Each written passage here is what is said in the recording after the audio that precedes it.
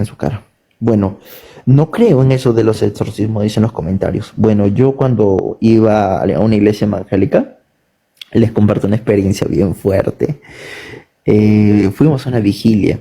Estaba yo, mi amigo Luis Rojas, que es mi promoción de colegio, y había ahí una chica que se llamaba Andrea, que era lesbiana, y ella cantaba en la iglesia, y nadie sabía que era lesbiana. Y ella no creía en Dios, solamente iba para cantar. Y en plena vigilia empezó a escupir, escupir, y empezó a escupir sangre. Y su voz cambió como si fuera un hombre. Fue recontrafuerte.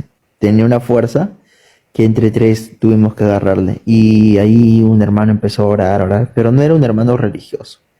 Era un hermano que sí amaba al Creador, lo buscaba de verdad, que sí tenía el Raúl dentro de él. Y después de 4 horas, sí. Y créeme que esta persona que yo la conocí, que era atea, que solo iba a la iglesia por vida social, empezó a creer en el Creador. De hecho, ya no le empezaron a gustar más las mujeres. Y hoy en día está casada con un chico, tiene 2 hijos. Así que yo sí creo en estas cosas. Y como digo, son cosas que te hacen hacer maldad y pecado. Así que para mí sí existen y hay parte histórica que se ha demostrado exorcismos, los nombres, ciudad, zona, arzobispo y qué tipo de ritual se usó por la Iglesia Católica, por evangélicos y bueno, por los judíos. Eso lo mantienen en privado, ya que es algo que ellos lo tienen en privado, pero tengo entendido que sí lo han hecho. Bueno, le doy el pase a Ulises o a Jansco, no sé quién quiere hablar. Sí, Virgil, es un buen punto lo que acabas de mencionar. Por ejemplo, el caso de lo que te pasó con esta amiga, ¿no? Esta chica que iba a la iglesia, que era lesbiana. Tiene que ver mucho con ese tema del homosexualismo, el lesbianismo. O sea, hay entes, o sea, para que actúen de esa forma. Es posible, ¿no? ¿Tú qué piensas? Bueno, yo creo que sí, son espíritus que te hacen hacer maldad y que pasan, ¿no? Pero esos casos, hay algunos que son fingidos, que hacen en la iglesia, o que a veces uno entra en éxtasis y se pone a temblar, o se desmayan. Yo puedo contarte una experiencia personal que viví con este tema porque esto para nadie es un tabú, ¿sí? Sabemos que los espíritus impuros, ellos trabajan y cumplen una función y es atacar a los hijos del Creador. Y sabemos que en el libro de Revelaciones se habla claramente de esta cantidad de espíritus también que van a ser liberados en el capítulo 9, ¿sí? Y su propósito siempre va a ser de entrar a ti, como si fuese una piscina, nadar en ti y aprovecharse de ti. Tanto que va a poner, como cuando uno va y siembra algo, tanto un sentimiento como un pensamiento. Lo puede hacer a través de sueños. Eso ustedes lo pueden corroborar, eso para nadie es un misterio. Que a veces uno sueña cosas y esos sueños le traen a uno como que lo ponen a meditar, ¿sí? Y a veces traen pensamientos malos, inicuos, deseos, ¿sí? Cosas que son de la carne. Y ahí es cuando uno se da cuenta que verdaderamente viene un enemigo, sembró la semilla y luego salió y se fue. La parálisis muchas veces ocurre por entidades muy poderosas que son enviadas por lo que se conoce como brujería, hechicería, ¿sí? Y lo envían con un propósito para que la persona siempre tenga miedo, ¿sí? Eso es un tipo de tormento, un tipo de tormento. Pero cuando usted es practicante de la ley, de los mandamientos, de la palabra del Creador y se aferra completamente, allá eso no vuelve a suceder, créame que no vuelve a suceder, te lo digo por experiencia propia, ¿sí? No vuelve a suceder y es más, ni se te acercan a ti. O sea que para ti una persona que tiene parálisis es porque lo está atacando un brujo. Sí, claro, a través de una entidad demoníaca muy fuerte, porque en realidad para que este espíritu tome posesión de tu cuerpo y te quite la autoridad de tu cuerpo en la noche, porque realmente, primero tú estás muy débil y segundo porque esta entidad es demasiado fuerte, ¿sí? Y humanamente no podemos decir que no podemos ser atacados porque hasta el mismo Pablo dijo que él tenía un emisario del enemigo que lo visitaba, ¿sí? Y lo visitaba en la carne. Entonces podríamos decir que es una enfermedad, como también podríamos decir que fue un espíritu impuro que estaba aprovechándose de alguna parte de nosotros o algo que estábamos haciendo mal o incumpliendo la ley. Y por ahí, pues, dentro de este... ¿Pero por qué a través del dormir? ¿Por qué? Porque como te digo, no sé cómo tú puedas llevar tu vida, ¿sí? Pero en la noche es cuando tú eres más frágil. ¿Por qué? Porque Ok. Pero si es una posesión demoníaca, entonces, ¿cuál es la diferencia del exorcismo y del entonces del sueño? Porque en una se necesita el exorcismo y que te hagan unos rezos, X, Y, Z, y en otras nada más con despertarte. Porque si es una posesión demoníaca, entonces debería ser como para tú poder liberarte o que no vuelva a repetirse, debería entonces ser por lo menos como los mismos protocolos, como el mismo paso, ¿no? Yo te explico esa parte. A ver, Ajá. una posesión es porque ya no tienes tú ya dominio, porque tú ya le diste mucha cabida a los espíritus para que entren en ti por diversas cosas, ¿no? Has transgredido, has hecho algo muy mal ante el Creador y has dado pases para que esos espíritus, estos entes entren en ti, o capaz has creído antiguamente en el Creador, después lo dejaste. Por eso que dice que cuando uno está en el camino y se aleja, dice que entran 7 demonios, 7 espíritus más. Así que esto es una de las pruebas de que, porque es así. Respecto a la parálisis que ustedes conocen, la parálisis es un tormento que te dan temporal y lo hacen frecuentemente o cada cierto tiempo, que puede ser por un espíritu o un ataque de un brujo o una persona que practica la necromancia, no negromancia, o entre otras culturas. De hecho, muchas culturas antiguas también pasaban esto. En el folclore japonés se llamaba Kanishibari. En la africana en la africana lo miran como brujería. En el hinduismo le dicen Bradhat Dahat. En el budismo lo conocen como Marana. En otro lo conocen como Mara, incluso tiene una película eso.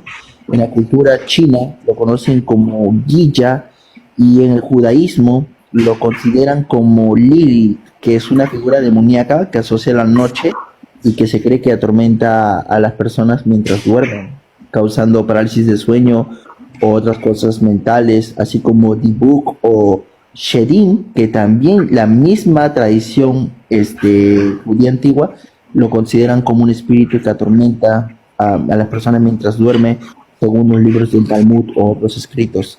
Así que, ¿por qué es el protocolo? Pues el enemigo está dentro de uno, tú lo sientes. A ver, yo lo comparto mi experiencia como fue. Sientes como un frío, pero también sientes como una intimidación. Así como cuando un perro grande te quiere morder, sientes como un miedo que te quiere atacar. O sea, estas personas que están poseídas tienen te hacen entrar en ese sentimiento, ¿no?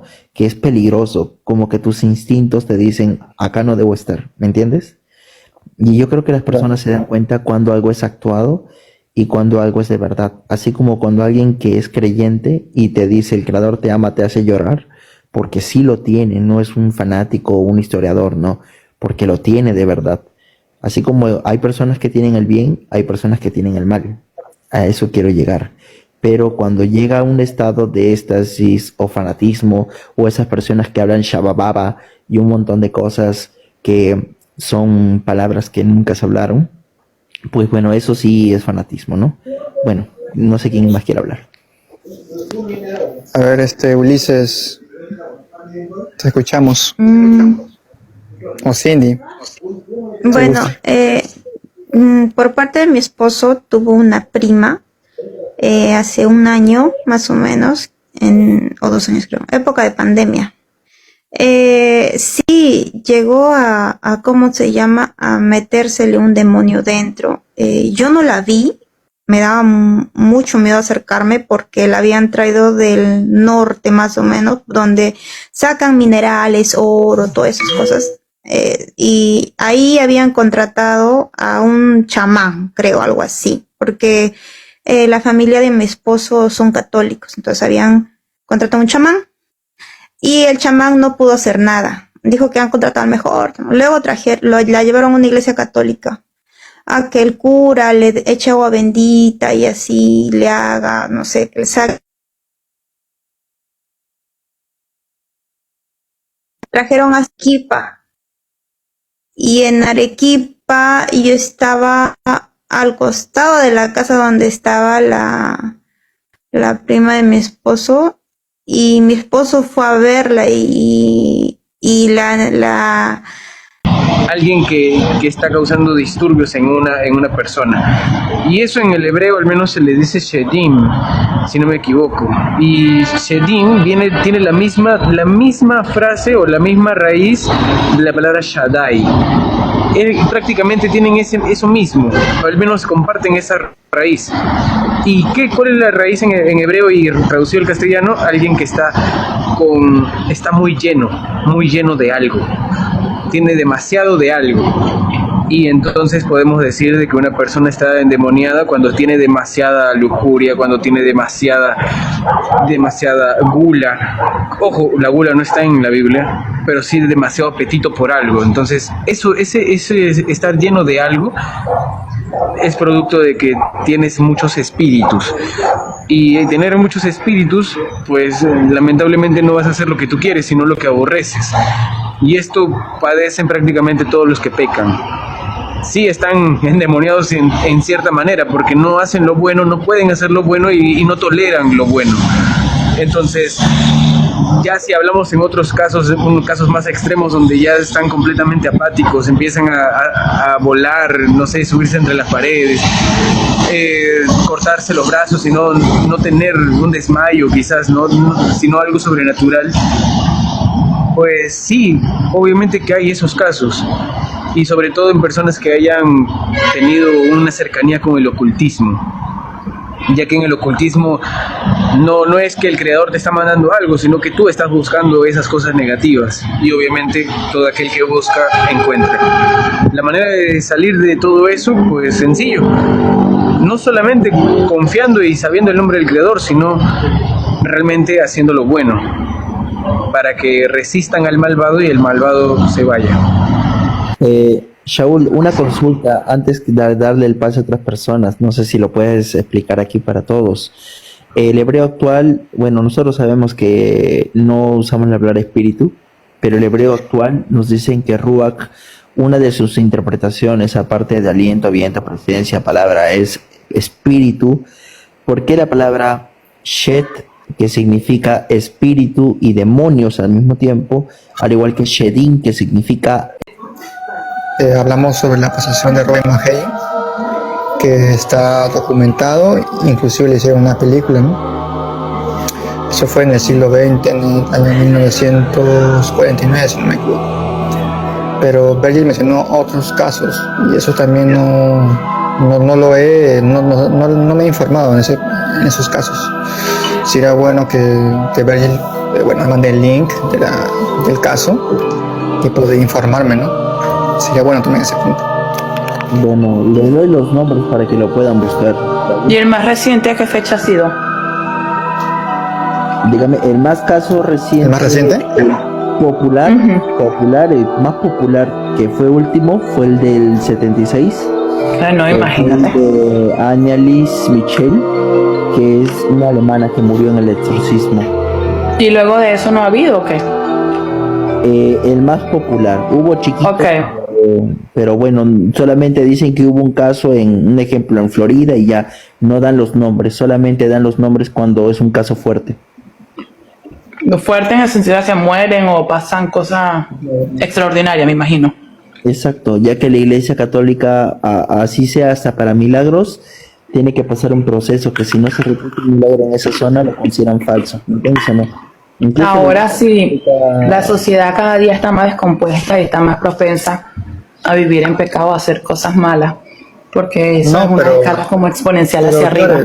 No debería haber ahorita como muchos más casos o muchos más reportes de personas endemoniadas o de exorcismo. El problema está que la Iglesia Católica tratan de ocultar todo, estimada. ¿Por qué? No, y yo creo que también es una treta del enemigo. Si muestran más casos, pues la gente va a tener más interés y va a averiguar y va a llegar a lo que estamos hablando, ¿no? Pero si no hay casos, las cosas pues, como siguen son. el libertinaje, siguen en el mundo. O sea, Claro, pero es que por más que quieran ocultarlos, están las redes sociales, en todas partes hay un teléfono, hay Lore, cámaras de seguridad. la Iglesia Católica tiene un poder que ha matado a gente, incluso personas que han querido revelar el tetragramatón. Claro, una